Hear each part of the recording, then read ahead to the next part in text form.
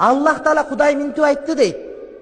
Мен пендемин, мен жөн жакшы күмөнүндөмүн дейт.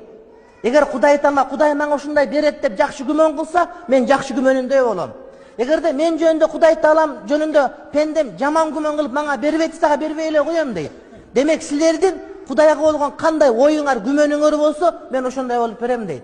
Бирок Кудай бербейт десе, Кудай мага бербейм, анткени мен жөнүндө жакшы күмөн кылбады дейт. Бирок Кудайым берет, Кудайым көрүп турат, Кудайым билип турат, мага ден соолук берет, үй бүлөмө ден соолук берет, бала чакама ыйман берет, элге тынччылык берет деп жакшы күмөн кылып дуа кылсаң, ошону кабыл кылам дейт. Айтат дейт, мен пенде мени зикир кылса аны менен бирге болом дейт.